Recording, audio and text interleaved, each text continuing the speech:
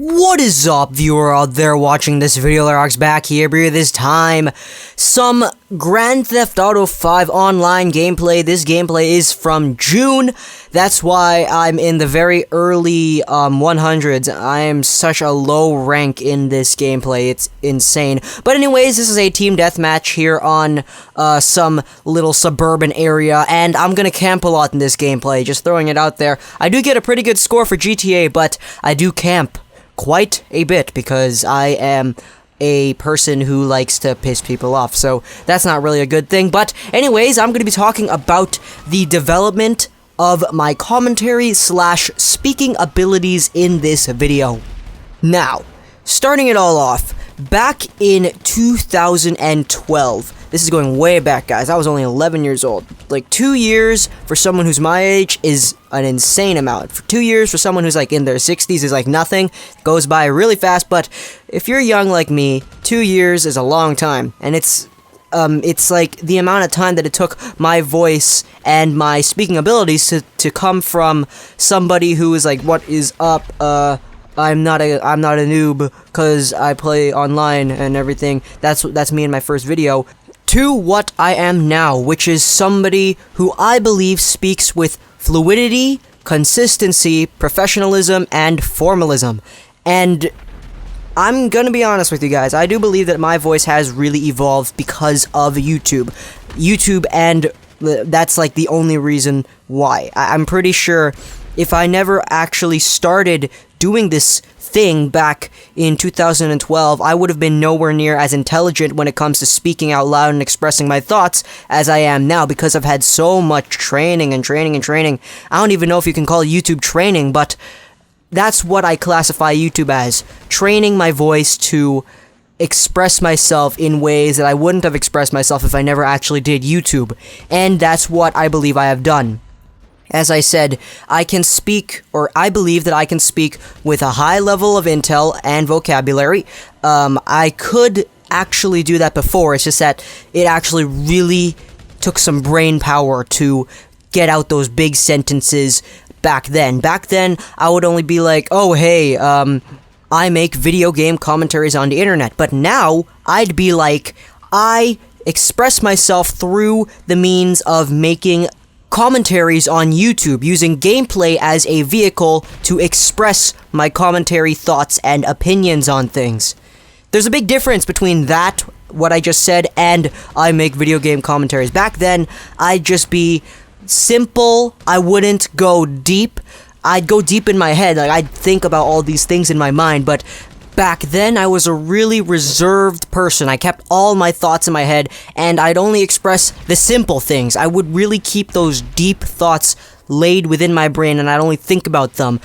And all that would come out is just the simple thoughts. But now, I have explored my ability to commentate to an extent where I can actually see beyond the practical and beyond the things that a regular human being with just an average amount of intel and vocabulary could see. Because I'm not one to brag, but I did get straight A's this year in school. I did make the principal's roll. That's like the honor roll, but it's harder to get on.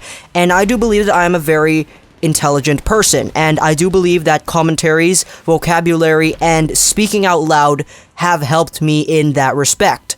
This whole scene of commentating requires you to have an infinite, well, not really infinite, but an extended amount of vocabulary in order to get your points across fluidly and understandably. Sometimes I go on a rim and I say some random things. I say, oh, he shoots, he scores, and the net comes off, and that's a goal, and that went right through the goalie. Like, I say some weird things sometimes, but you gotta be able to cover yourself up. You gotta say it went through the goalie's open 5-hole. You gotta be able to express your opinions and express your commentary while making mistakes. And before, that's something that I wouldn't be able to do. Before, I just say, oh, wait, what? He went through the goalie? No, he didn't go, it didn't go through the goalie. And then I'd be like, now, it went through the goalie's 5-hole. And then that's a cover-up. That's a good cover-up, and I do believe that if I wasn't commentating for quite some time now, I wouldn't be able to do things like that, cover myself up, think of sentences, phrases, and things to cover myself up in the shortest amount of time possible. Another thing that has actually come into my mind because of this whole YouTube commentary scene is the use of big words. Because of this whole commentary scene, I'm forced to talk about things to an extent where big words that not too many people would know about have to be used where they're necessary, because there are some situations where simple words that you pick out of your kindergarten dictionary just won't do it. You need to use some of those words that are in depth and get straight to the point, and a lot of people wouldn't know what those words are. Because I have to do this commentary scene, I'm forced pretty much to learn these words, so when it is necessary to say these words, I'm already prepared. I know what this word is, whether that be somebody who acts really cocky. Instead of calling them cocky, I can call them a narcissist. Somebody who lacks of a conscience in society. Instead of calling them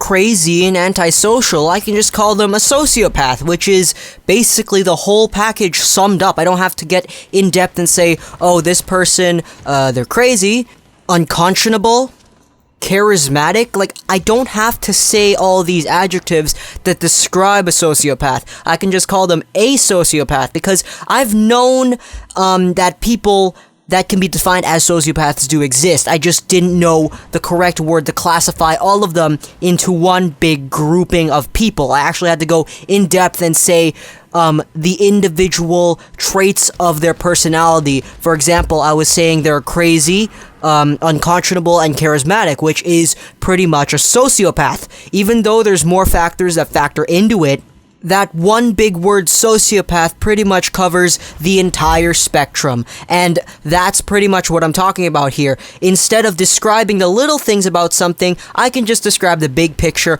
with one big word. And before I did this whole YouTube commentary scene, and before I was forced to learn all these words in order for them to actually play into my commentary when they're necessary, I wasn't able to say that stuff. I was actually forced to just say the adjectives and say the things that described what I'm talking about. So that's one of the big things as well. Learning the big words and learning when it's appropriate to use them. There are still other things that I'm learning today. There's this one page here on my phone that I have saved that has a big list of adjectives that I didn't know before. And that's something, well, that you can do as well. It's not bad to search for words that you didn't know before. Let's say I don't know what an introvert is. I can search up definition introvert on Google and it will pull up the definition, because maybe in my mind I'm like, oh, I've heard this word being used before a lot, but I don't know what it means. So let's just search it up in the dictionary or search it up on Google. Don't be afraid to search up things you don't know. And if you don't really know something, like you're thinking to yourself, what's somebody who does this, acts like this, and expresses themselves like this? You can search that on Google as well. Just be like, somebody who acts like this, and then you'll get a result, and maybe you'll find one word that describes somebody without the use of the adjective selected.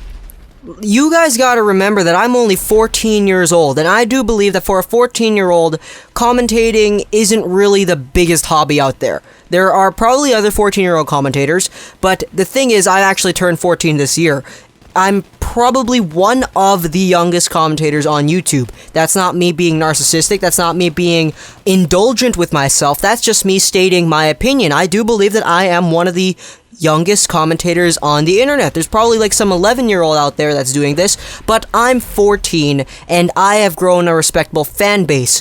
And because I have been doing this for so long, I am a 14-year-old who I believe does have a bigger vocabulary than the average 14-year-old. I do believe that my vocabulary has expanded because of YouTube. As I said, I was forced to learn these words and phrases, so when the time comes where they are appropriate to bring up in a conversation, I can bring them up. And that's one of the big things that I really like about this whole YouTube thing, is that it really does boost your ability to commentate.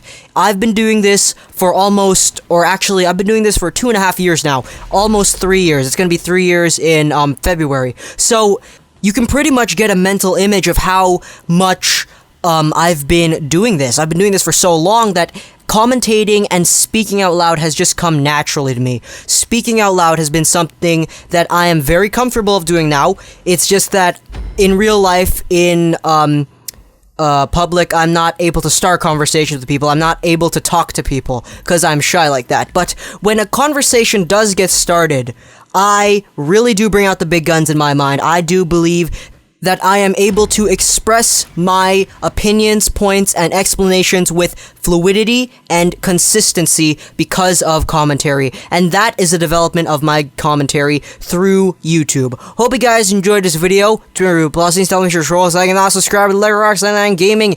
Gameplay is just coming to an end right here, and bye.